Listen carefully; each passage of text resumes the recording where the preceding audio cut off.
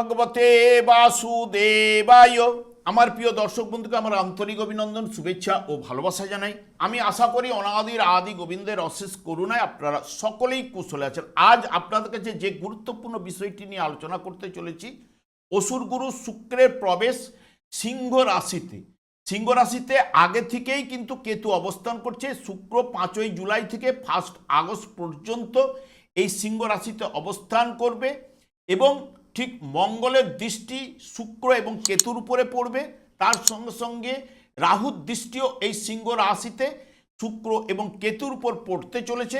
তাই বিশ্বরাশি বা বিশ্বলগ্নের জাতক জাতিকারা আপনারা কেমন ফল পেতে চলেছেন তা আমি আচার্য কমল শাস্ত্রী আপনাদের কাছে এই ভিডিওতে বিস্তারিতভাবে আলোচনা করব। ধৈর্য সহকারে আপনারা ভিডিওটি দেখবেন। শুক্র এমনিতে নৈসর্গিক শুভকারক গ্রহ এবং প্রেম, প্রীতি, স্নেহ, ভালোবাসা, বিলাসিতা, অর্থ, সৌন্দর্য, বিবাহ এবং ইন্দ্রিয় সুখের প্রতি তীব্র আগ্রহ ইত্যাদি ইত্যাদি নির্দেশ করে।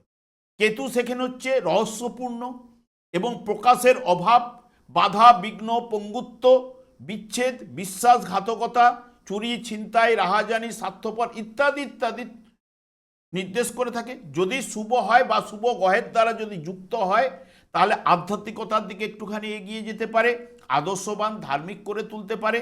মঙ্গল এখানে যেহেতু দৃষ্টি প্রদান করছে, মঙ্গলও বিশ্বরাশিতে অবস্থান করছে, যেটি সাহস, আগ্রহ, আত্মবিশ্বাস, সহ্য শক্তি, প্রখর বুদ্ধি এবং দ্রুত চিন্তা শক্তি ইত্যাদি ইত্যাদি নির্দেশ করে। এই মঙ্গল অশুভ, দুর্বল, পীড়িত হলে দেখবেন কলহ, বিবাদ, মতান্তর, ভুল বুঝাবুঝি, হঠকারী হয়ে ওঠে এবং অ্যাক্সিডেন্ট এবং অপারেশন এবং কামনা বাসনাকে বাড়িয়ে তোলে। এবং সেখানে রাহুও কিন্তু কামনা বাসনা এবং ভোগের কারক গ্রহ এবং অবৈধ সম্পর্ক, ব্যভিচার, সততা ইত্যাদি ইত্যাদি কিন্তু নির্দেশ করে।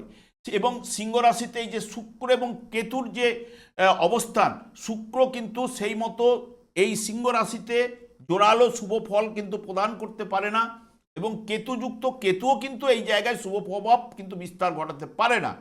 এবং মঙ্গলও আপনাদের ঠিক বিশ্বরাশিতে অবস্থান করলো, বিশ্বরাশিতে মঙ্গল কিন্তু নাশস্ত হয়ে থাকে এবং রাহু যেহেতু এখানে পূর্ণ মাত্রায় শনির ঘরে অবস্থান করার জন্য রাহু কিন্তু পূর্ণ ফল কিন্তু প্রদান করতে পারে।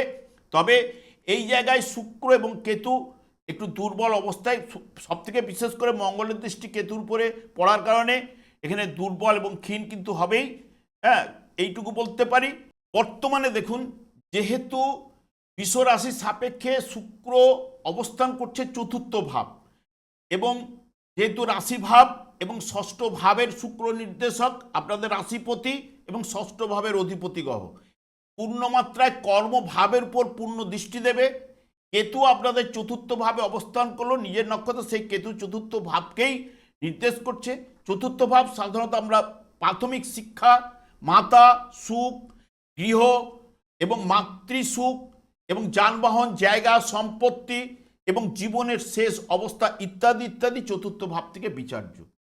যেহেতু চতুর্থ ভাব সংসার এবং পারিবারিক সুখ শান্তিতে হঠাৎ বিঘ্ন কিন্তু ঘটতে পারে বা ছোটখাটো বিষয় নিয়ে ঘরে একটা অশান্তি, মতান্তর কিন্তু দেখা দিতে পারে। সেই বিষয়ে যতটা পারবেন সতর্কতা অবলম্বন। এবং চতুর্থ ভাব যেহেতু মায়ের স্থান, তাই মায়ের স্বাস্থ্য বিষয়ে আপনাকে নজর কিন্তু রাখতেই হবে এবং বা যত্নবান হতে হবে। এবং মায়ের সঙ্গে বিরোধ ঘটাতে পারে এবং পৈতৃক সম্পত্তি বা কোনো পুরনো জমি বাড়ি নিয়ে আইনি জটিলতার অবসানও কিন্তু ঘটতে পারে এবং হঠাৎ আর্থিক লাভও কিন্তু ঘটাতে পারে। কিন্তু মঙ্গল জন্মকালীন যা দুর্বল পীড়িত থাকলে পৈতৃক সম্পত্তি বা পুরনো জমি বাড়ির সমস্যাও কিন্তু বাড়িয়ে তুলতে পারে। এবং বর্তমান সময়ে যারা গাড়ি চালান, বিশেষ করে যেহেতু চতুর্থভাবে শুক্র অবস্থান করছে, গাড়ি চালান, তাদের ক্ষেত্রে সতর্কতা থাকতেই হবে এবং গাড়ির কাগজপত্র সঙ্গে নিয়ে গাড়ি চালানোর জায়গাটা কিন্তু করবেন, নাহলে কিন্তু অযথা কিন্তু ঝঞ্ঝট ঝামেলায় জড়িয়ে পড়তে পারেন। এবং অনেকের ক্ষেত্রে যেরকম শুভ যদি থাকলে তাহলে গাড়ি কেনার সম্ভাবনাও কিন্তু প্রদান করতে পারে এবং কাজের ক্ষেত্রে শুভ ফল পেলেও আপনাকে কিন্তু সতর্কতা অবলম্বন করতে হবে। যেমন বিশেষ করে আপনার বস বা আপনার সহিত যে উচ্চ পদস্থ ব্যক্তির সহিত মতান্তরে আপনাকে জড়িয়ে দিতে পারে, সেই বিষয়ে একটু সতর্কতা অবলম্বন করতে হবে। চাকরি ক্ষেত্রে হঠাৎ করে আপনার স্থান পরিবর্তন বা বদলি, বা যারা ভাড়া বাড়িতে আছেন সেখানে ঝঞ্ঝট ঝামেলা হয়ে আপনাকে ভাড়া বাড়ির পরিবর্তনও কিন্তু করতে হতে পারে। সেই কারণে একটু সতর্কতা অবলম্বন। মানসিক চঞ্চলতা এবং অহেতুক ভয়ের সম্মুখীনও আপনি হতে পারেন। চতুর্থ ভাব সাধারণত আমাদের বুককে নির্দেশ করে, হার্টকে নির্দেশ করে এবং তার সঙ্গে সঙ্গে রক্তকে নির্দেশ করে। তাই এই সমস্যাগুলো যদি আপনার মধ্যে এই সময়ের মধ্যে এসে গেলে আপনি কিন্তু অবহেলা একদমই করবেন না। প্রাথমিক শিক্ষা ক্ষেত্রে অমনোযোগিতা দেখা যাবে। মাতৃসুখ থেকে আপনি বঞ্চিত হতে পারেন। পূর্বজন্মের সঞ্চিত উগ্রতা বা রাগ এই সময় কিন্তু আপনার ক্ষেত্রে প্রকাশ পেতে পারে, যদি পূর্বজন্মে আপনার এইগুলি জমা থাকে। এবং যদি আপনি অতীতে কোনো অন্যায় করে থাকেন তাহলে এই সময় আপনার মধ্যে নানান সমস্যাও কিন্তু হঠাৎ ঘটতে পারে।